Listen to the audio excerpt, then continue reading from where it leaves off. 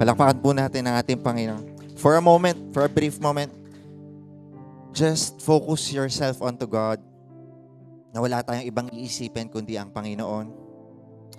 And I do believe na lahat ng tao po dito sa mundo, there's always a purpose laid upon God in your life.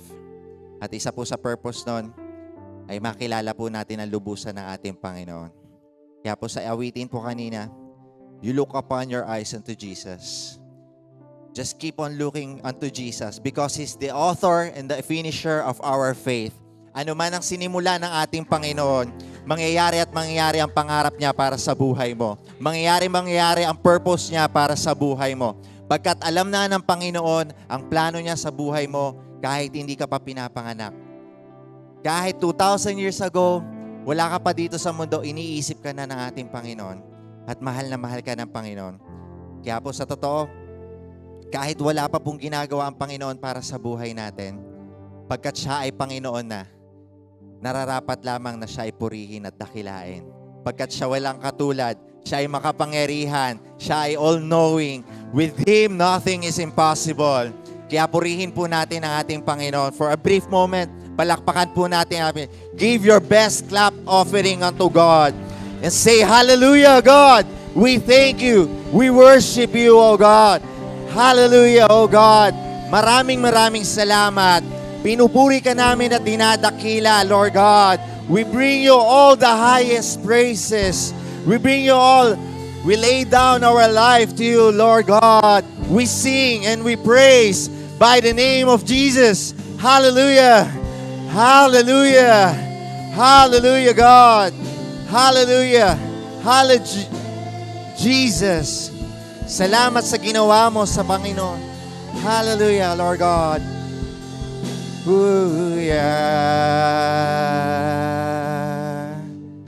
Maraming salamat, Panginoon. Dahil sa inyo lamang, Panginoon, kami nakakatindig, nakakapagpuri. It is because of your power, because of your might, not but because of what we have done in our life. Kaya pinupuri ka namin, pinasasalamatan ang lahat po ng maligaya, nagtagumpay, anak ng Panginoon ay magpuri at sumamba at ang kini ng katagumpayan dahil ang Diyos ay nagtagumpay sa krus ng Kalbaryo. Purihin natin ang ating Panginoon. Ang lahat po ay sumigaw ng Amen and Amen. Hallelujah. Palakpan po natin ang ating Panginoon at batiin niyo po ang mga katabi niyo. Magandang umaga sa iyo. Praise God. Sabihin mo, napakabuti ng Panginoon. Amen. Praise God. At nagsimula po tayo. First day of the second month of the year, February 1st. At kayo po ba ay na-excite sa nais po ipaggawin ng atin ng Panginoon sa buhay ng bawat isa? Yeah. Praise God. Ang gaganda po ng ngiti ng bawat isa sa kanilang mga mukha. At yung iba po ay nagdidiwang ng kaarawan. Amen po ba?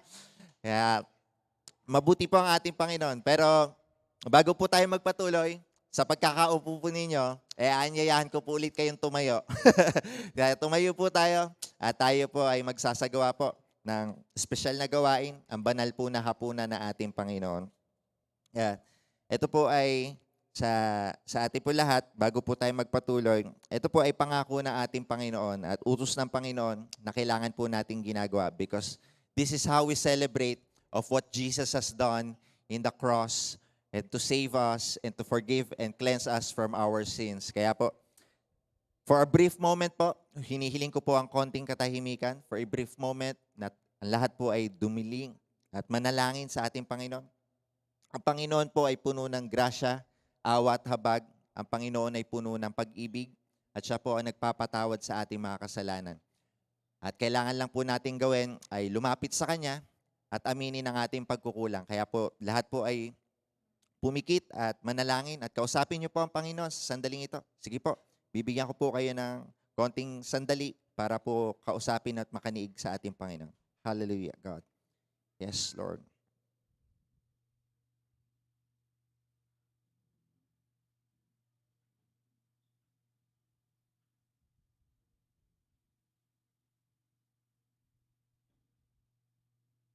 Jesus.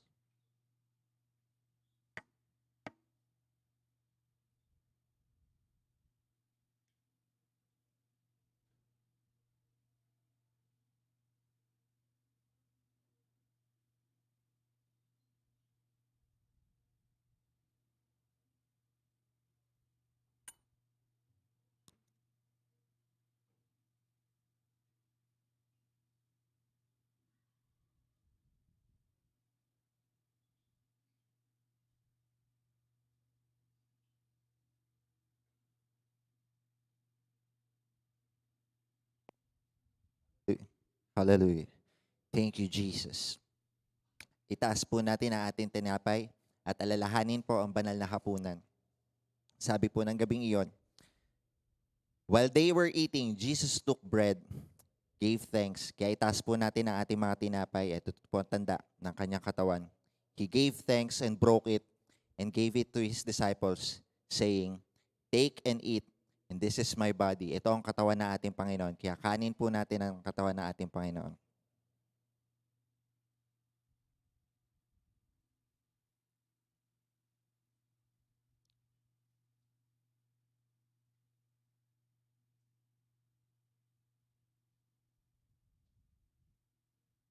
Amen. At itaas po natin ang ating mga saro. Then He took the cup, gave thanks, and offered it to them, saying, drink from it, all of you. This is my blood of the covenant which is poured out for the many for the forgiveness of sins. Kaya tanggapin natin ang kapatawaran at pangako ng ating Panginoon. Inumin po natin ang dugo ng ating Panginoon sa pangalan ni Jesus. Amen and amen. Palakpakan po natin ang ating Panginoon. Manatili po kayong makatayo at tayo po ay dadako na po sa salita ng ating Panginoon. Ngitian nyo nga po saglit ang katabi ninyo at tapikin ninyo. Excited ba kayo sa gagawin ng Panginoon sa umagang ito? Amen. Kaya sa umaga pong ito, I am so excited to share this with you. At una po sa lahat, kaligayahan po para i-share po ang kabutihan ng ating Panginoon. Buksan po natin ang ating mga Biblia sa Book of Luke, sa Lucas po, sa New Testament, Book of Luke, chapter 5, verse 1 to 11. Manatili po kayong nakatayo para po sa pagkakabasa na ating, para sa pagbibigay karangalan po, sa pagbabasa po ng salita ng ating Panginoon. Nandiyan na po ba kayo? Bukas na po ang Bible ninyo. Kung wala pa po, magsabi lang na wait lang. Wait lang. Aantayin ko po kayo. At no pressure. Para po, kung may mga marker po kayo, kung wala naman po kayong Bible, but I encourage you na kayo po ay magkaroon ng sariling Biblia para sa personal ninyong debosyon at para makilala nyo ng husto ang ating Panginoon sa pananalangin at sa pagbabasa ng kanyang salita. Pero kung wala po kayong dala ngayon, nandito po sa screen ang ating babasahin. Handa na po ba ang lahat? Amen. Sabi po dito, one day, as Jesus was standing by the lake of Gennesaret, the people were crowding around him and listening to the word of God. He saw at the water's edge 2 boats left there by the fishermen who were washing their nets. He got into one of the boats, the one belonging to Simon, and asked him to put out a little from the shore. Then he sat down and taught the disciples from the boat. When he had finished speaking, he said to Simon, put out into the deep water and let down the nets for a catch. Simon answered, Master, we've worked hard all night and haven't caught anything. But because you say so, sabihin nga po natin sabay-sabay, because you say so, I will let down the nets. When they had done so, they caught up such a large number of fish that their nets began to break. Verse 7, so they signaled their partners in the other boat to come and help them, and they came and filled both boats so full that they began to sink. Imagine niyo sa laki ng pagpapala ng Panginoon, kailangan po ng katulong ng ibang tao. Kaya tanggapin po ninyo, pag pinagpala kayo ng Panginoon, hindi lang kayo mag-isa. Kailangan niyo po na makakatuwang sa buhay para pagpalain ang ating Panginoon. When Simon Peter saw this, he fell at Jesus' knees and said, go away from me, Lord. I am a sinful man. In verse 9, for he and all his companions were astonished at the catch of fish they had taken. Verse 10, and so were James and John, the son of Zebedee, Simon's partners. Then Jesus said to Simon, don't be afraid. From now on, you will fish for people. Lastly, so they pulled their boats up on the shore, left everything and followed him. At sa palakpakan po natin ang pagkakabasa natin, Panginoon. At muli po, tayo po ay manalangin. Ilagay po natin ang ating sarili sa umagang ito sa presensya ng ating Panginoon. And ask God that there will be no distractions, na walang makakakuha sa inyo sa atensyon ng ating Panginoon. Hallelujah, Lord God. Maraming salamat, O Diyos, sa umagang ito. Pinupuri ka namin, dinadakila at pinasasalamatan sa buhay po ng bawat isa. na kami po ay nagkatipon, Lord God. As we celebrate your goodness in our life this morning, Panginoon, I declare in the name of Jesus and we acknowledge the Holy Spirit, buksan niyo po ang aming puso't isipan. Napatanggap po namin ang pagpapala ng mensahe niyo sa umagang ito. I do believe, Lord God, that you are a great planner, Lord God. You are the master plan, Panginoon. At hindi po insidente at aksidente na ang bawat isa po ay nandito sa lugar na to. Because you're gonna reveal something to them, for Lord God, this morning at matanggap po ang pagpapala ninyo at magkaroon ng tapang sa aming buhay na lalong humakbang sa pananampalataya. Inaangkin namin ang katagumpayan at pagpapala ninyo sa matamis na pangalan ni Jesus. Ang lahat po ay magsabi ng Amen, Amen. Makakaupo na po ang bawat isa. Praise God. Ngayong umaga po ito, simple lang po ang ating pag-uusapan.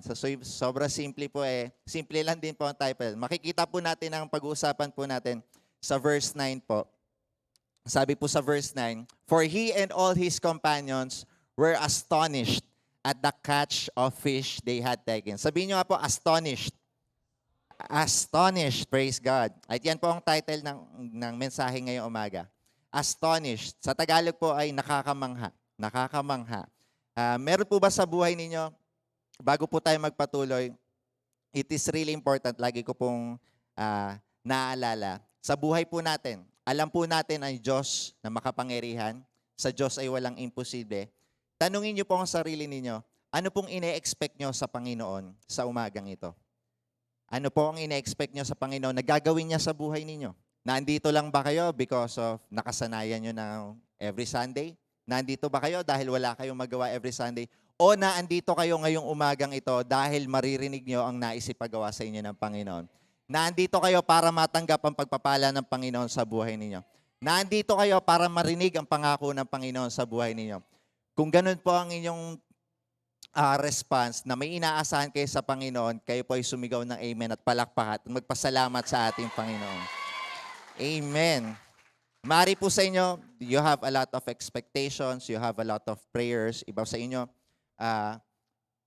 hilingin nyo sa Panginoon na i-surprise niya kayo. Na you will be astonished at mamangha sa pwedeng gawin ng ating Panginoon. Because once again, nothing is impossible with God. Ask God that, God, gulatin nyo kami sa umagang ito. Gulatin nyo kami sa hapon na ito. Gulatin nyo kami sa araw na ito. Mari iba sa inyo, pinapanalangin na kailangan nyo ng sustento at pambayad ng kung ano pa man. Kagaya ng patotoo ng ating pastor at si Bishop. Darating ang araw may dadating na isang bayong na puno ng salapi. Magugulat ka na lamang. Magugulat ka na lamang one day, ang asawa mo na ang una mag-i-invite sa'yo na magsimba at magpuri sa Panginoon. Magugulat ka na lamang one day na ibinaba ng anak mo yung cellphone at imbis na maglaro ng online games ay nananalangin na ang anak mo. Magugulat ka na lang one day, ang mga kaklase mo ay, saan kayo nag-church? Pwede ba akong sumama at makilala rin ang Panginoong Jesus? So you ask God that He will surprise you. You ask God because nothing is impossible with God. You ask God na i-promote ka kahit 3 araw ka pa lang sa trabaho, walang imposible sa Panginoon na i-promote ka na niya. Walang imposible sa Panginoon. At naniniwala ko, importante ang surprises ng Panginoon sa buhay ng bawat isa. Sabi po ng salita ng Panginoon, sa Diyos ay walang imposible. Pero matanong ko lang po, kayo po ba ay nagulat na? May gumulat sa inyo?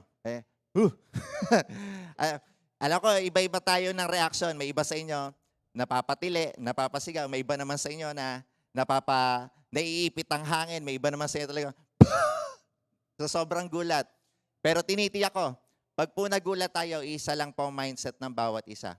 Kapag po nagulat kayo, may sumigaw, may nag-surprise sa inyo na, happy birthday to you. Lahat po na nangyayari sa mundo nawawala. Amen po ba? Nakafocus lang kayo dun sa bagay na ikinagulat ninyo. Tama po ba? Kunwari po, naglalakad kayo, one time po yung kapatid ko, binuksan yung pintuan sa kusina at to his surprise ay meron po malaking palaka. At nagulat ako sumigaw malakas ang kuya ko. Out of that moment, nagkaroon kami ng tapang na kahit ang laki-laki ng palaka, kinamay namin para lang maitapon.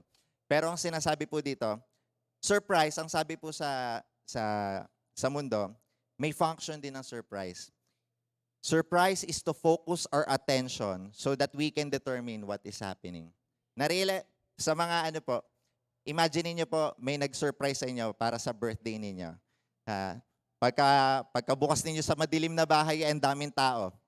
Alam niyo po, lahat ng pinagkakaabalahan nyo mawawala at that moment dahil nakafocus lang kayo sa nangyayari. At kapag nakita nyo yung mga tao, ba, itong taon to, na-assess mo agad, busy itong tao to, nakapunta pa rin dito. Alam mo agad na yung tao na nag-prepare na yon para sa'yo, he went to the great lengths para lang isorpresa ka. Because nakafocus ka lang dun sa moment na yon. At sa mundo po ngayon, napaka-importante po ng bagay na to. Because sometimes, alam niyo po ang surprise, different siya sa, di ba, pag nagugulat tayo, minsan, napapasigaw ka, pero out of the emotions, may anger, may happiness, yung surprise, nagme-maintain lang yan for a very short period of time. Maso-surprise ka lang for 30 seconds, maso-surprise ka lang for 1 minute, pero hindi yan magtatagal na habang buong araw ka ba na, hindi, mag-i-stop siya. That's why yung importance ng surprise, kapag nakuha ang attention mo, lalo na ng ating Panginoon, make it very valuable. Kaya ang ating Panginoong Jesus, namamangha ko because He loves to surprise us. Imagine niyo po ang buhay natin. Nakapagplano ka na at ginawa mo na ang lahat, pero there are still surprises in your life. Naging physically fit ka, tinignan mo lahat ng kakainin mo para ma-maintain mo, pero inubo ka lang saglit at nagpunta ka sa ospital, iba na ang recommendation sa'yo ng doktor at masusurprise ka. Pero yung mga moment na yon na nagugulat ka, wala kayo ibang gagawin. Lord, tulungan niyo po kami. Tulungan niyo po ako. Out of that moment, mawawala lahat ng iniisip mo sa mundo. Dahil ang mundo po ngayon ay puno po ng kaabalahan. Kaya ang ating Panginoon, He always wants your attention. At totoo po, ang ating Panginoong Jesus, pag binasa niyo po ang New Testament, He is full of surprises. Kahit po ang pagpunta niya sa mundo ay sorpresa. Alam niyo po sa New Testament, ang kung sino po ang unang sinorpresa niya. Wala pong iba kundi si Mary at saka si Joseph. Dahil si Mary at si Joseph po, kung alam niyo po ang istorya, magpapakasal na. At alam ko po ang hirap ng pagpapakasal. Iisipin mo, anong kakainin, ilan ang iimbitahin, sino magkakatabi sa lamesa, sino ang magiging ninong at ninang ko, sino ang mga pupunta. Ang dami mong iisipin. Pero true enough, kahit sa kabisihan ni Mary at ni Joseph, one time surprise, dumating ang isang anghel, nagdadalang tao ka. Aba, paano nangyari yun? Hindi pa kami kasal, wala pa nangyayari, nagdadalang tao na ako. At kahit ano po, na kahit anong plano nila, it is a surprise for them. At kapag ganun po, sabi nga ng salita ng Diyos, let your will be done. Kapag tayo sinorpresa ng ating Panginoon, that is the moment that Jesus is catching your attention. Alam niyo rin po ang isang story sa Bible na ang ating Panginoon, out of the 12 disciples, pumili po siya ng 3 disipulo. Si Peter, si James, and John. At sinama niya po sa mountain para manalangin. At sa gitna po ng gabi, bigla na lang nagliwanag ang mukha ng ating Panginoon. Nag-glow in the dark. Nagpuno ng kaningningan dahil sa glory ng ating Panginoon. At sa katabi ng ating Panginoon, nandun din ang dalawa pang ginamit ng ating Panginoon. At wala pong ibang mangyayari kundi magugulat dalawa. Imagine niyo nga po kayo yung kasama ng ating Panginoon. Siguro sa panahon ngayon, ilalabas niyo agad ang cellphone nyo. Kailangan ma-post ko to. Dahil maganda ang ginagawa ng ating Panginoon. Right at that moment, tinitiyak ko, pag nakita niyo ang kaluwalhatian ng ating Panginoon, wala kayong ibang iintindihin na gawaing bahay, wala kayong ibang iintindihin na trabaho, dahil nakita niyo ang Panginoon, mananatiling nakafocus ang inyong atensyon sa ating Panginoon. And that is what Jesus wants in our life.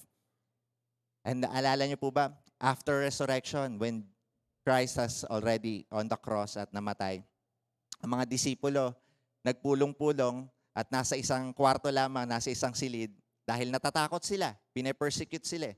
And out of nowhere, mabubuhay ba ang ating Panginoon at kinikwento nila? Pero sa gitna ng silid, kahit nakalak na ang silid, out of nowhere may nagsalita sa likod na andito ako.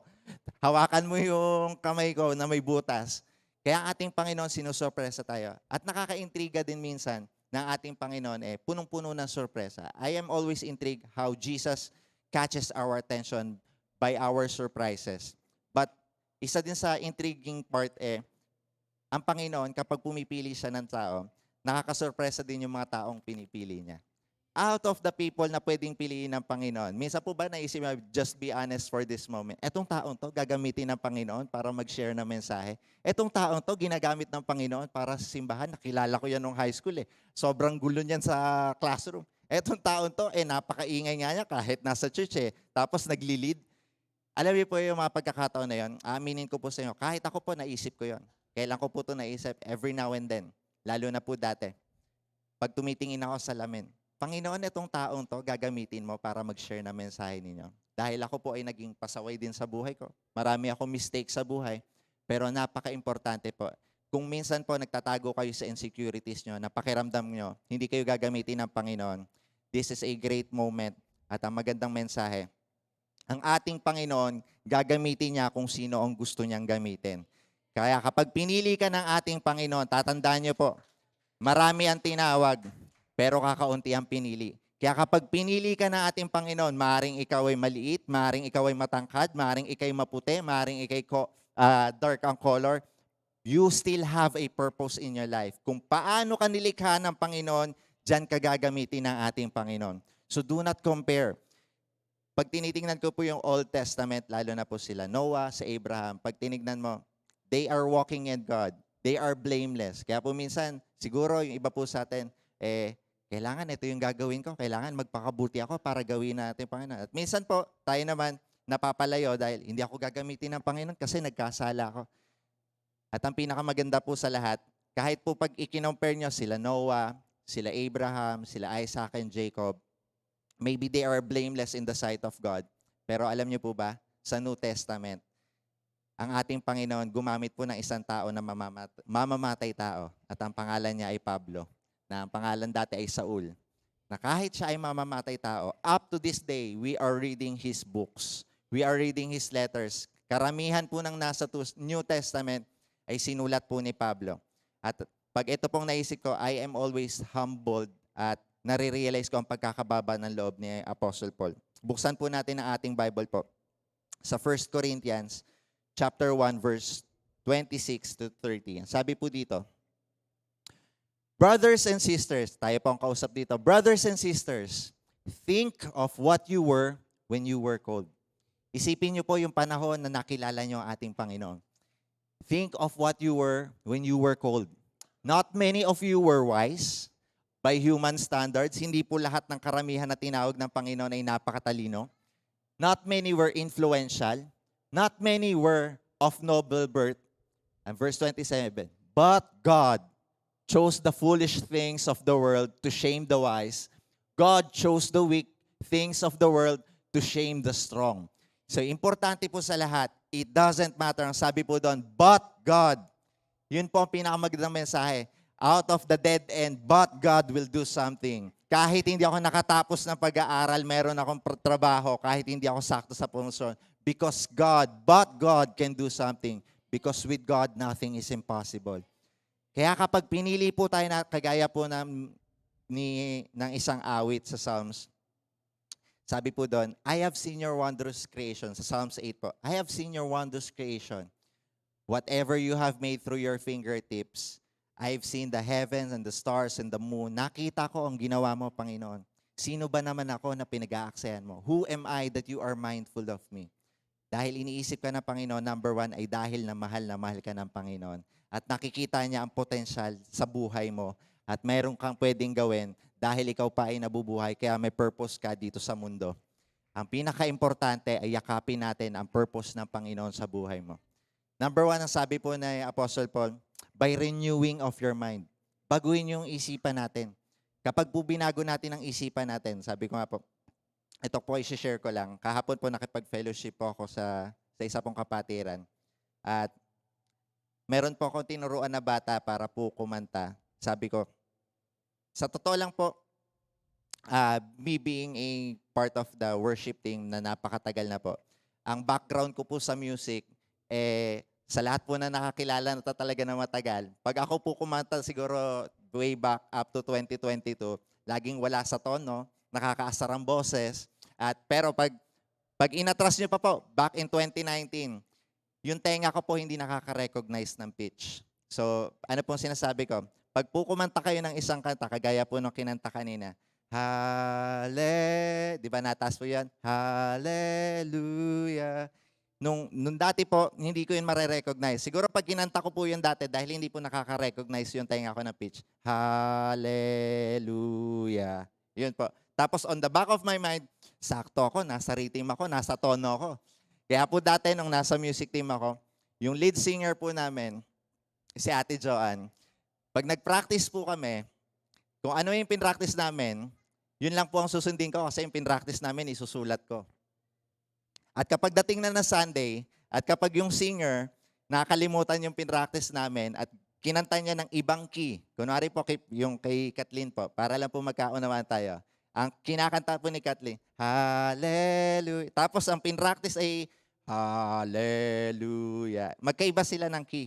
Kapag po nag-iba yung singer at ako, ang sinusunod ko lang papel, hindi ako mag-a-adjust. Hindi ko alam na magkaiba kami ng tono. Pero ang pagkakaalam ko, magaling kami.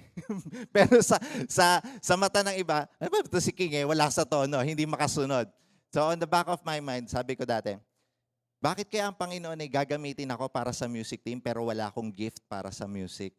Pero ngayon po naunawaan ko, pinagpala ako ng Panginoon dahil naniniwala ako na walang imposible sa Diyos kapag hinakbangan mo na ikaw ay gagamitin ng Panginoon. Kaya po, one time sa Alabang, may nagsabi po sa akin, wow, Brother King, ang ganda ng boses mo. Sa totoo lang, sabi ko, parang ayoko na kumanta eh. Yung image na maganda ang boses ko, yun na yung maiiwan sa kanya. Pero ngayon po na na-develop ang tenga ko, ibig ko po sabihin, maaari wala akong gift, pero dahil naniwala ko na gagamitin ako ng Panginoon, may isang tao nagsabi, Brother King, tinawag ka para magpuri sa Panginoon. Kahit anong marinig ko na komento, dahil yun ang pangako na at sinabi ng Panginoon na magiging purpose ng buhay ko, hinakbangan ko ito.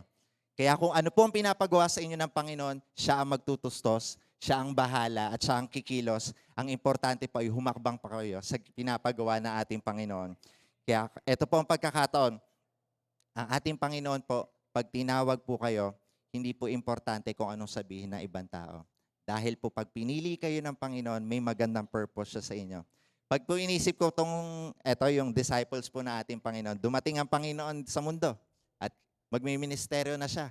So, iisipin ko, parang kayo po, si Brother Ver po nandito, kailangan natin ng matinding security. Siyempre, ang pipiliin niya, hindi siya pipili ng maninipis ang katawan para security, para bantayan ng kung ano pa man. Ang pipiliin niya yung cream of the crop, yung mga pwedeng gamitin. Kaya itong ating Panginoong Jesus, ang iniisip ko, akala ko dati sila Peter, sila John and the disciples, talagang mga mababait na. Yung laging nasa church. Kaya akala ko dati, si Jesus Christ, nung tinawag sila Peter, sila John, nagpunta siya sa church, sa Sanhedrin, para doon siya. Sino dito ang maraming alam sa salita ng Diyos? Yun ang gagamitin ko. Minsan po ba ganun ang iniisip natin? Kailangan marami akong alam sa salita ng Diyos para ako magamit ng Panginoon. Pero ang totoo po, ang ating Panginoong Jesus, saan po siya nagpunta para piliin sila Peter? Nagpunta siya sa beach, sa binasa po natin. Nasa dagat. At nandun na siya sa gilid ng dagat. Nabasa niyo po ba? Actually, hindi siya nagpunta sa gilid ng dagat. Sa dami po ng tao na gustong makinig sa kanya, he has no choice pero mapunta at matulak sa pinakadulo ng karagata, ng pampang. At wala na siyang choice. Kaya po nakilala niya at nagkaroon ng pagkakataon na makilala si Peter at saka si John at ang lahat po ng mga disipulo. At that moment po, he went to the beach, may purpose po siya. Ang lagi niya pong purpose, tatandaan niyo po ito ang ating Panginoon. Sa lahat po ng tinuturo niya, number one purpose niya ay para ituro ang kaharian ng ating Panginoon. I am here to teach the kingdom of God. Of course, may mga milagro ang ating Panginoon. Pero once again, pag binasa niyo po yung mga milagro, ganito ang kaharian ng ating Panginoon. Pag nagtuturo siya ng parable, ganito ang kaharian ng ating Panginoon. He is there to teach the kingdom of God. At nandito po tayo para maunawaan din ang kaharian ng ating Panginoon sa buhay natin. Kaya po, sa pagtuturo ng ating Panginoon, number one, napakadami pong tao. Pero sa dami po ng tao, ang ating Panginoong Isus, sa peripheral vision niya, sa pinakagilid, nakatingin siya doon sa mga mangingisda na nasa gilid. Isipin niyo po dito sa senaryong to, sila Peter, physically, yung mga tao na gustong makinig sa ating Panginoon, nasa harap niya. Pero sila Peter, the rest po ng disciples, nasa gilid. They're at the edge. Ano pong ginagawa nila? Naguhugas ng lambat. Inaasikaso nila yung kanila. Matter of fact, hindi sila naandun para makinig sa tinuturo ng ating Panginoon. They are so busy dun sa ginagawa and they are physically on the edge. But also, they are also in the spiritually edge of their life. Dahil ito ang pagkakataon na si Pedro ay magagamit ng ating Panginoon para maging fisher of men. Pero napaka-importante po sa sandaling ito na nakilala ni Pedro ang ating Panginoon Jesus. Yung pinaka-importante, yung purpose niya. Because magsiswitch na, magkakaroon na ng switching ang buhay niya na napakalayo. From physical na purpose niya up to spiritual purpose. Na dati siya ay mangingisda talaga, ngayon ay para magturo na siya at ipakilala ang ating Panginoon. This will be the moment where their life will change. At habang buhay na ito magbabago. So ngayon, ang mga tao po, lahat excited para makinig sa ating Panginoon. Pero itong dalawang to, na andito lamang sa gilid at parang walang pakialam. They are so nakafocus lang sila doon sa kinabubuhay nila. At ramdam ko po ang frustration nila habang sila po ay naghuhugas ng lambat. Paano ko po nasabing frustrated? Nabasa niyo po ba? Buong gabi po nangingisda sila. Wala pong nakuha. Sa madalit sabi, wala tayong benta ngayong araw. Pero nagpagod ka at ginawa mo ang lahat. And you're feeling the frustration. Alam niyo po, there is a gift in frustration. Frustration is a gift. Why po? Frustration is different from failure. Pag nag-fail ka, talagang hindi mo nagawa ng tama. Pero iba yung frustration. Naranasan nyo na ba? For example po, sa sasakyan. Alam nyo na kung paano tumatakbo ang makina. Pero ginawa mo ng lahat out of your experience, out of everything that you know, hindi mo pa rin maayos ito. Hindi pa rin tumatakbo ng tama. Nagtrabaho ka na, ginawa mo na ang pinaka-the best mo, pero pinagalitan ka pa rin ng boss mo. Nagtrabaho ka na maayos at naging excellent ka na, sumusunod ka na sa pinapagawa ng Panginoon, pero parang hindi pa rin nangyayari ang lahat ng pinapagawa mo. At nakaka-frustrate ito. Kaya kagaya ni Peter, sabi po dito, they are fishermen. Expert sila sa ginagawa nila. Alam nga ni Pedro kung saan ihahagis ang lambat eh. Alam niya yung tamang timing na buong gabi, sa gabi sila kailangan mangisda. Ibig sabihin, eksperto sila. Kaya po, napakaganda po din ng regalo ng frustration. Dahil po sa frustration, it is also an invitation to us na kapag tayo po ay naging excellent na sa isang bagay, at ito po ay lagi nating ginagawa, minsan po may pagkakataon na hindi na tayo umaasa sa ating Panginoon. Dahil nagiging maayos na tayo, napupunta na po tayo sa comfort zone natin. At kapag tayo po ay nasa comfort zone, nakakalimutan natin tumawag lagi sa ating Panginoon. Kaya minsan, ang frustration, it is also an invitation para i-level up ka ng Panginoon dahil makukuha niya ang attention mo. At kapag nakuha niya ang attention mo, may pagkakataon ka ngayon na humakbang sa naisipagawa pa lalo sa iyo ng ating Panginoon. Nakita niyo ba? From the moment na una, wala silang nakukuhang isda, but because of their frustration at nakilala ang ating Panginoong Jesus, they have the greatest capture of fish in their life. Halos masira yung bangka ng kasama nila dahil sa dami po ng nakuha nila. So kahit po sa buhay po natin, nakaka-frustrate po na ginagawa mo na lahat, pinagpe-pray mo naman, at minsan na-frustrate ka, ibig sabihin lamang po, may naisin pa ang Panginoon sa buhay mo at nais niyang i-align lagi ang sarili mo. That you keep on walking with God. Kaya pinapaalala po nila pastora, nila bishop, napaka-importante po ng panalangin sa buhay ng bawat isa. Na lagi po tayong nananalangin. Kaya eto po, habang frustrated po sila Peter, ang ating Panginoong Jesus, sumakay na sa bangka dahil wala na po siyang choice eh. Pero eto po yung magandang pagkakataon. Si Peter, dahil no choice siya, walang ginagawa, sumakay ang ating Panginoon. Most of us, at kahit ako naman po, Panginoon, makasama lang kita at maranasan kita sa buhay ko. Ayos na lahat. Amen po ba? Makakasama lang kita na andito na ang pagpapala. Amen po ba? Lalo kapag pagpapala amen.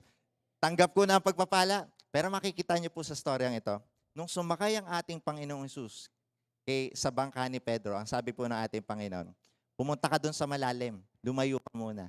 At nandun na sila sa malalim, one-on-one na sila ni Jesus Christ. Ibig sabihin, si Pedro, kasama na ang ating Panginoon sa bangka.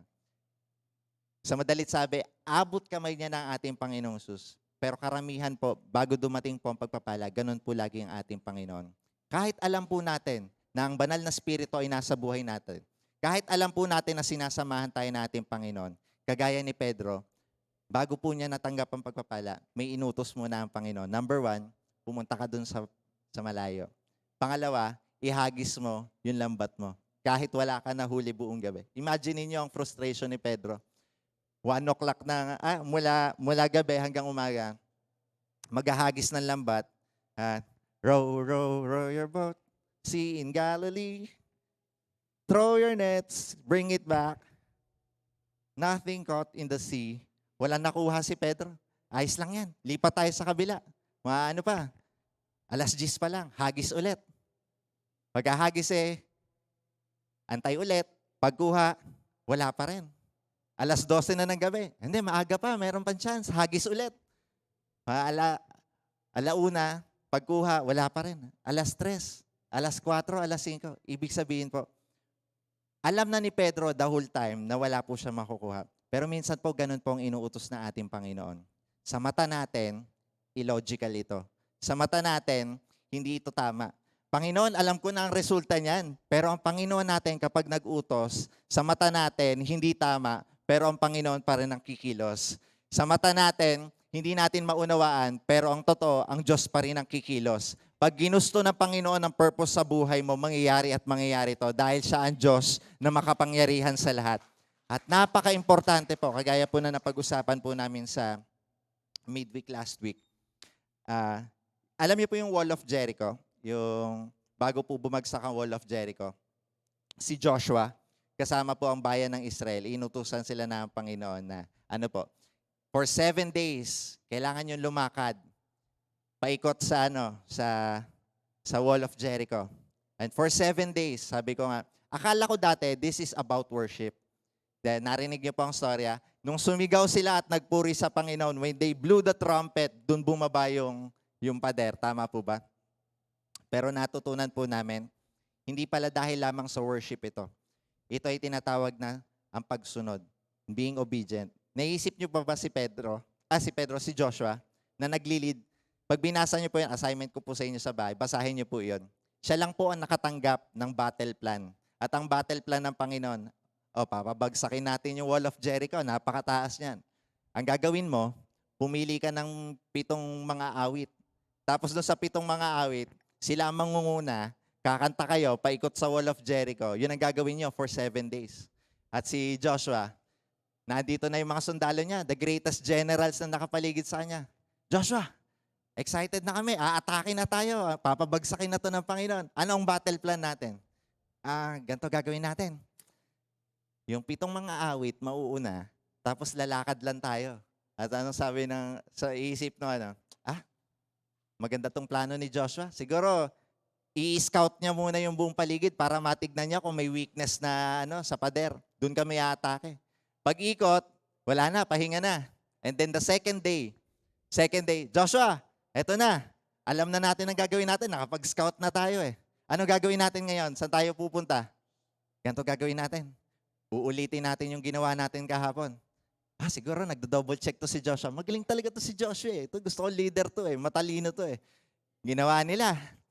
And then third day, Joshua, ano ang gagawin natin? Nakapag-scout na tayo eh. 2 beses na. Anong gagawin natin ngayon? Handa na yung mga sandatahan natin. Medyo matalim na yung mga espada natin eh.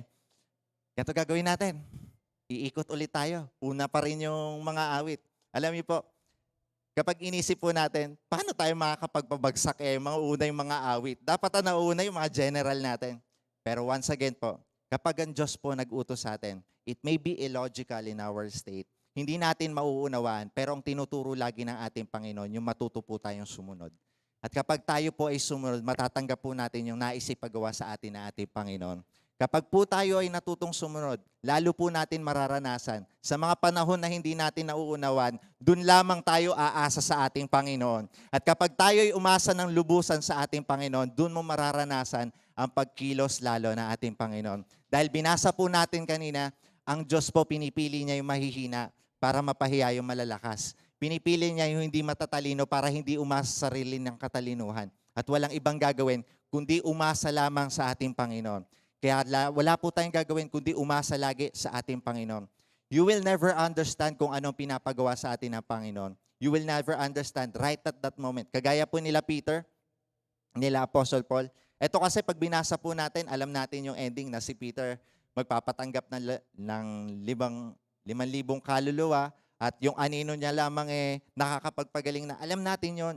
Pero what if hindi natin alam ang storya? Tayo yung nasa sitwasyon na to. na si Peter, dininay niya pa yung Panginoon. Panginoon, ito ba yung gagamitin mo? Ito ba yung mga pinili mo? Dahil alam natin, pero sa umpisa, hindi natin maunawaan. Mararanasan lang natin yung pagkilos ng Panginoon kapag tayo po ay humakbang at lalong nagtiwala sa ating Panginoon. Ang pinaka-importante yung tinuturo po sa atin na ating Panginoon ay ang pagsunod. Kaya sabihin mo, susunod ako sa Panginoon.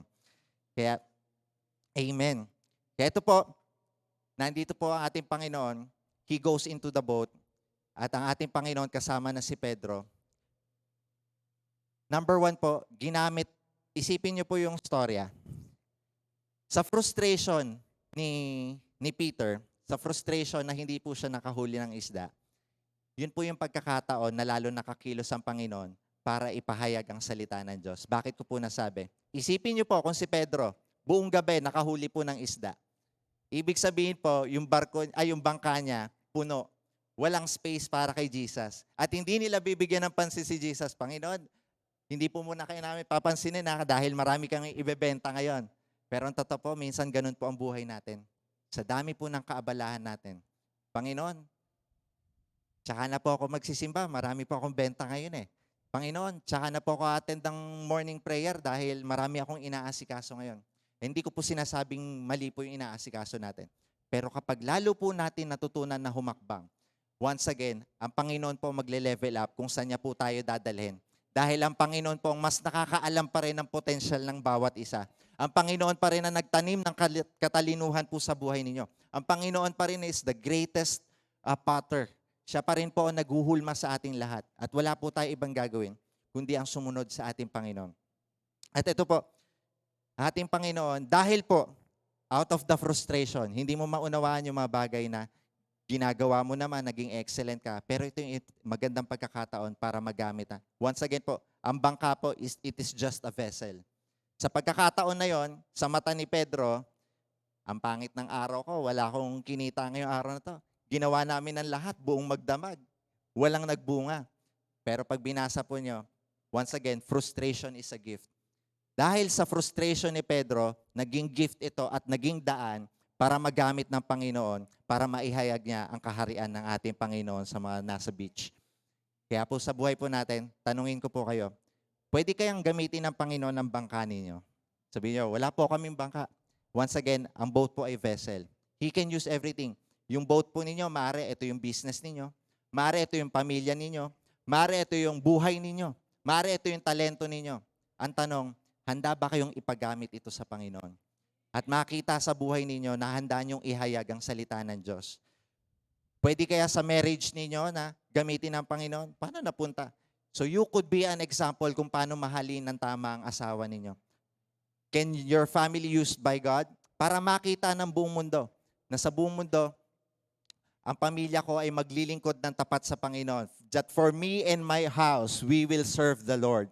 Na maging kakaiba dito sa mundo. Dahil dito sa mundo, ay napakagulo, pero ikaw ay nananatiling nakalutang sa gitna ng dagat dahil naandun sa bangka mo ang ating Panginoong Hesus. Hindi dahil sa trabaho mo, hindi dahil sa kasibagan mo, pero alam mo na nakasakay sa iyo ang ating Panginoong Hesus. That I am floating in this world that is drowning, nakasama ko ang Panginoon.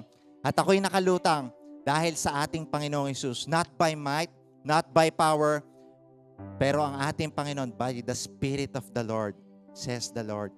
Kaya po sa buhay po natin, lagi po nating isipin na ang bangka po natin ay pwede po nating ipagamit sa ating Panginoon. Maaari po sa buhay natin, itong mga vessels na to, minsan mahirap po iasa, mahirap po ibigay sa ating Panginoon. Pero kagaya po ni Pedro, si Pedro po right at this moment, wala na siyang choice. Sabi nga po natutunan ko, he is already a captured audience. Bago pa siya maging mangingisda ng mga tao, bago pa siya gamitin sa ibang tao, siya muna unang nahuli ng ating Panginoon. Wala siyang choice, hindi siya pwede tumalo ng bangka, kundi samahan ng ating Panginoon. Nabasa niyo po ba? Noong una, he is just a master. Pero later on, nireveal sa kanya na siya ay Diyos. At habang ating Panginoong Hesus, tapos na siya doon sa pagtuturo ng salita ng Diyos, nandito na siya para mag-minister kay Peter. At mag-minister siya kay Peter.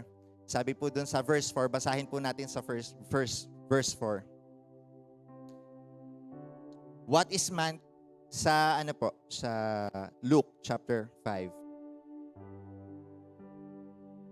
When he had finished speaking, he said to Simon, "Put out into the deep water and let down the nets for a catch." Right at this moment po, once again po, si Peter po ay marami siyang alam sa pangingisda. Alam niya yung ginagawa niya. He is an expert sa pangingisda.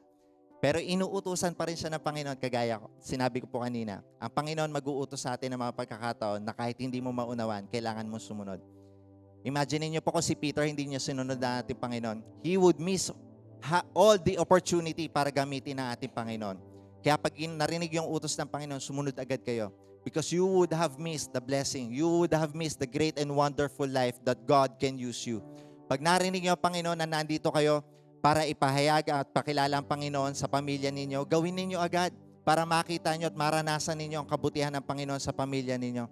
Lagi niyong ipagpe-pray, inutos sa inyo ng Panginoon na magiging part kayo ng ushering team, magiging part kayo ng intercessor. Huwag po kayong matakot humakbang dahil lalo ninyong makikilala ang ating Panginoon. Sa una lang, kagaya ni Pedro, yung logical thinking natin, laging yan nakaharang. Dahil hindi po yan mawawala. Paano ko naman po uunahin yung pagpapala ng ibang kapatiran? Ako nga po, maraming bayarin. Pero utos ng Panginoon, sige, ibigay mo lahat ng laman na wallet mo sa ibang kapatiran. Pero doon mo lalo mararanasan ang pagkilos ng ating Panginoon. So kagaya po dito ni Pedro, sa verse 5, ang sabi po, Simon answered, "Master, we worked hard all night and haven't caught anything. But because you say so, I will let down the nets." Ito po yung mga pagkakataon, nararanasan niyo po ba na parang paulit-ulit na lang ang buhay, I'm living paycheck to paycheck, pero ang importante, kahit hindi mo pakiramdam, akala ko po dati kapag gusto mo magpagamit sa Panginoon, kailangan sold out ka. Tama po ba? Kailangan ready ka pag ginamit ka ng ating Panginoon. Pero kagaya po ni Peter right at this moment, sabi nga ng salita ng Diyos, hindi mo kailangan ng malaking pananampalataya. Kailangan mo lang ng pananampalataya at panananalig na kasinlaki ng mustasa, ng buto ng mustasa. And right at this moment, kahit sa isip ni Pedro, hindi tama itong gagawin ko, walang mangyayari dito. Pero dahil inutos mo, Panginoon, gagawin ko pa rin. Sa una, may mga pagkakataon na nagpe-pray ka, parang hindi ko binigay ang the best ko na panalangin ko sa Panginoon. Hindi importante yon. Because hindi importante kung ano yung laman ng puso mo. Ang importante kung ano yung laman ng puso ng Panginoon para sa buhay mo. Panginoon, sa sandaling ito, hindi ako makapangyarihan. Hindi importante yon. Ang importante ay makapangyarihan ng Panginoon. Panginoon, kulang ito. Pero ang importante, ang Diyos ang magtutustos sa pangangailangan mo. Sa mga sandaling ito, let your insecurities set aside. Dahil ang Panginoon po ang bahala sa lahat. Kapag tinawag ka niya, ang Diyos ang gagawa niyan. Huwag kang mahiya i-share ang kabutihan ng Panginoon at sambitin ang pangalan ng Panginoong Jesus sa mga kaklase mo, sa mga katrabaho mo. Sa una, you will be persecuted. Pero pinangako ng Panginoon, blessed are the persecuted because they will inherit the kingdom of God. Huwag kayong mag-alala. Sa umpisa lang, parang hindi okay. Even if you do not feel it, you will still reap the benefits of obedience. Sa una, parang hindi sakto. Sa una, lagi akong late. Sa una, hindi sapat lahat. Ang importante, magpatuloy ka. And one day, you will reap the benefits of it. Kagaya ko po, sinabi ko nga po sa inyo, dati hindi naman talaga ako, walang alam yung tenga ko. Kung tutusin, para sa music team, dapat hindi ako part ng music team dahil wala akong gift. Pero naniwala ako na may nagsabi sa akin na gagamitin ka para sa music team. Ang Diyos na ang bahala nag-ayos ng lahat. Not by my hard work, but by the grace of God. Naniniwala ako, kung hindi ako sinamahan ng Panginoon, kahit anong pag-aaral ko, hindi ko pa rin maunawaan kapag pinindot ni Susain ngayon yung isang key, letter C yan. Hindi ko maunawaan yon. Pero dahil ang Panginoon at nakita ko po ito sa mga musicians natin ngayon, tinuruan ko po sila at pinressure ko. Sabi ko, subukan ninyo. Kahit nakapikit kayo, pipindutin ko lang yung isang nota, kailangan alam nyo agad kung anong nota ito. Maririnig nyo lang, ma-identify nyo agad. Pag nakarinig na, tang, kailangan alam nyo agad na, G yun. Sa umpisa, parang napaka-imposible nito. Amen po ba? Pero true enough, sa unang exam nila sa akin, ang score lang nila out of 30, 3, 2, ayun, malayo-layo yung pumasa itong mga ito. Pero in-encourage ko sila. Yung isa nga po nating keyboardista, sabi, hindi namin kaya yan eh. Hindi po talaga kami gifted. Subukan nyo lang. And then the other week, nag-improve naman. 4, 5, improvement, malayo-layo pa rin. And then the next week, naging 9, naging 10.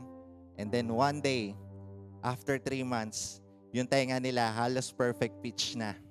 Why? Dahil nanalig sila. Sabi ko minsan, kahit anong encourage namin sa inyo, kahit anong pilit namin na itulak kayo, kung kayo mismo hindi kayo maniniwala, baliwala lahat. Sabi po ng Proverbs, so a man thinketh in his heart, so is he. Kagaya po yan, sabi ko, ang ganda po nung recording namin sa YouTube. At ano pong masasabi ninyo? Ang ganda talaga ng pagkakaawit ni Joelyn at saka ni Kathleen. Sabi ko, kaya nyo rin yan. Sabi, hindi, iba talaga yung sa kanila eh. Tama yung sinabi ko, at tama rin naman ang sinabi mo, maganda talaga yung boss ng dalawa. Pero ang pinaka-importante doon, saan nakapaling yung puso mo? Kasi kung sasabihin mo lang na sila lang ang magaling, talagang diyan ka na lang. Pero kung maniniwala ka, magaling sila, pero magiging magaling din ako at hahakbang ako. Lalo mo makikita na gagawa ang Panginoon. Kaya wag po kayong mahiya. This is an opportunity for everyone na kayo po ay tinatawag na ating Panginoon. Naniniwala ko, once again, hindi po aksidente ang lahat ng pagkakataon. Maybe there's a person in here na nai-insecure para magpagamit sa Panginoon.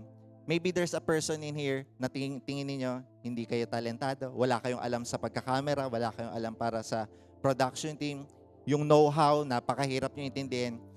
Subukan nyo po munang humakbang. Huwag kayong matakot. Dahil sa pagkakatakot ninyo, sabi ng salita ng Diyos, though I walk through the valley of shadow of death, I will fear no evil because I know that God is with me. Kapag utos ng Panginoon, gawin niyo po agad. Kapag pinapagawa sa inyo ng Panginoon, huwag kayong mahihiya. At ang pinakamaganda po talaga sa storyang ito, makita po natin, ito si Pedro, sumunod siya. At sa pagsunod niya, all of his lifetime, sabi po dun sa binasa natin, yung lambat nasira. Yung isang bangka halos lumubog na dahil sa dami po na nakuha nila.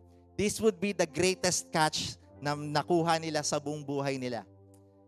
Pero nakakapagtaka. Kayo po, may matanggap kayong pagpapala sa Panginoon ngayon. Yung the greatest na pagpapalang matatanggap ninyo, panigurado, mapapaluhod kayo at mapapahaleluya. Tama po ba? Praise God! Nakamtam ko na, matagal kong pinapanalangin. Pero right at this moment, makita po ninyo si Pedro. Ano po ang sabi niya sa verse 8? Ano reaction ni Pedro sa verse 8? Sabi, when Simon Peter saw this, he fell at Jesus' knees. Hindi niya muna inisip yung dami na nakuha niya. Bumaba siya. He fell down on his knees and said, go away from me, Lord. I am a sinful man. Isipin niyo, mula sa pangingisda, napunta dun sa pagiging makasalanan niya. Bakit? Dahil, once again, alam niya na siya ay marunong mangisda. Pero alam niya na buong gabi siya naghihirap para mangisda. Pero sa ginawa ng taong ito lamang ang Diyos na makakagawa nito, na siya ang kumakausap sa isda para lumapit at wala na makakaintindi na to. Kung etong taong to, nasa harapan ko, nakikita niya ang kailaliman ng dagat, alam niya rin ang kailaliman ng aking puso. Lord God, go away from me. I am a sinful man. Sa buhay po natin, maybe we have some mistakes sa buhay natin. May mga bagay pa rin po tayo na ikinahihiya sa ating Panginoon.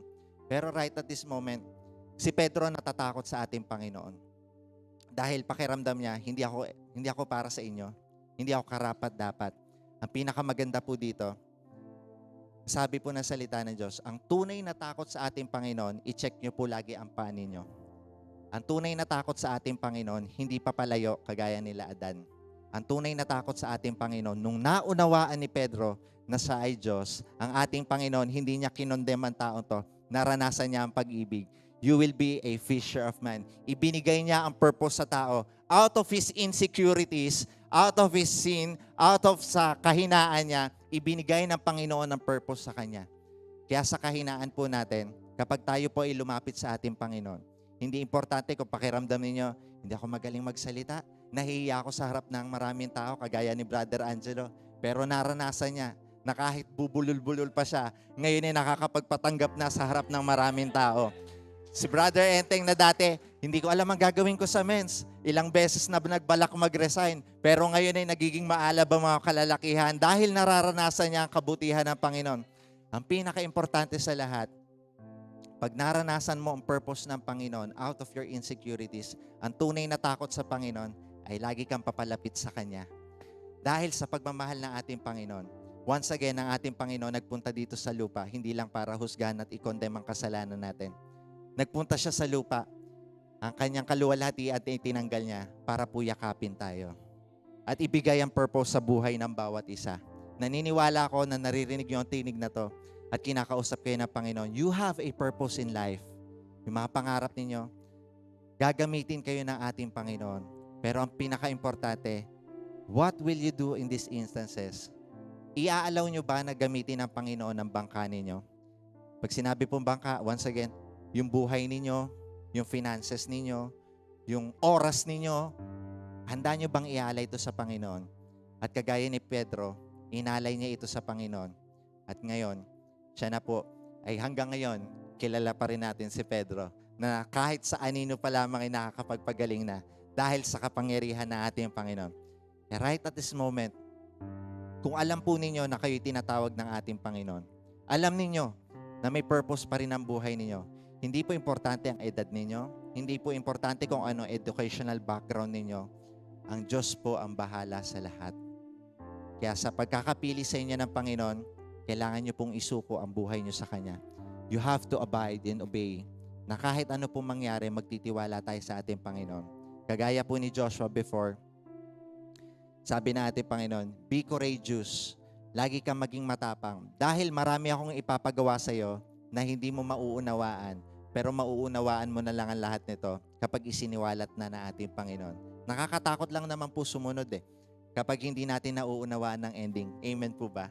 Nakakatakot mag-start ng business kasi feeling mo malulugi agad. Nakakatakot na iwan yung company mo kasi pakiramdam mo, hindi mo mauunawaan kung saan ka mag-a-apply ulit. Nakakatakot na huwag mo na uminom ng gamot ngayon kasi lalong lalala ang sakit ko. May kanya-kanya po tayong level ng pananalig. Pero right at this moment, this is an open door for you. Na kung handa po kayo magpagamit sa Panginoon, maaari po bang kayo ay tumayo at tayo po ay mananalangin. And all of our days, wala po tayong ibang iisipin kundi ang pagsuko sa ating Panginoon. And you declare in your life na kung pakiramdam nyo, kayo ang gagamitin nyo sa mga kaklase ninyo, kayo ang gagamitin sa trabaho ninyo, isuko ninyo sa Panginoon ang inyong buhay. And you share this to everyone. You run towards Him. And all of your days, na isuko nyo, all of my days, na lagi kang magpuri sa Panginoon. Sa umpisa, hindi mo maunawaan, pero magpuri ka lang sa Panginoon. Sa umpisa, marami nagper-persecute sa iyo, magpuri ka lang sa ating Panginoon. Kaya tayo po ay pumikit at tayo po ay mananalangin. At kung pakiramdam niyo po na gusto nyong isuko ang inyong buhay sa ating Panginoon, itaas nyo lang po ang inyong kamay bilang tanda ng pagsuko sa ating Panginoon. You raise it up so that God will know na ang lalong puso nyo ay laging sold out sa Panginoon.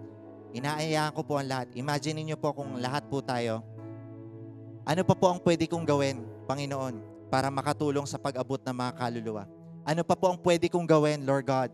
Ano ang meron ako sa buhay ko para lalo ko pong maiaalay sa inyo? And true enough, God will multiply. Diyos aming Ama, dakila sa lahat. Pinupuri ka namin, pinasasalamatan, Panginoon, for this message, for what you have done in Peter's life, Lord God. When we abide in you, Lord God, na kapag kami po ay sumuko sa inyo, Lord God, ikaw po ang mangunguna sa lahat. Hallelujah. Sa sandali pong ito, Panginoon, sa aming pagsuko, Lord God, lalo naming maranasan ang pagkilos mo, Panginoon.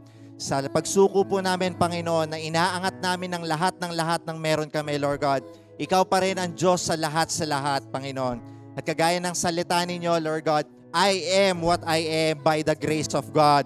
Nandito ako nakatindig dahil sa biyaya ng ating Panginoon.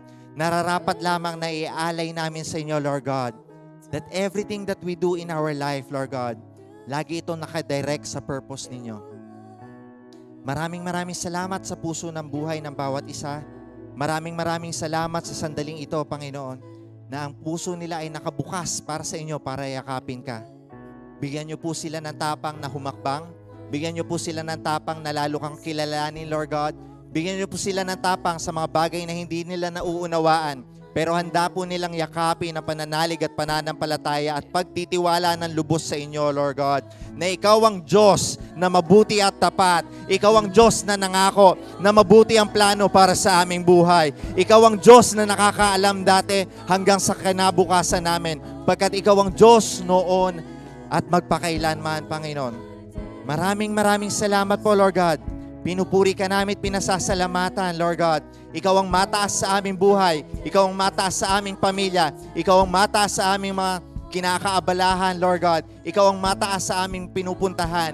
Ikaw ang mataas sa aming workplace. Ikaw ang mataas sa aming school. Ikaw ang mataas sa aming pamilya. Ikaw ang mataas sa lahat ng relasyon na meron kami, Lord God. We give back to you all the glory, Panginoon. Kaya pinupuri ka namin at pinasasalamatan ang lahat po ng may hininga at handang magsuko at lalong humakbang sa pananampalataya at sabik sa nais gawin ng Panginoon at magtatagumpay. Ang lahat po ay sumigaw ng malakas na Amen and Amen. Palakpakan po natin ang ating Panginoon. Hallelujah! Your love, all of my days.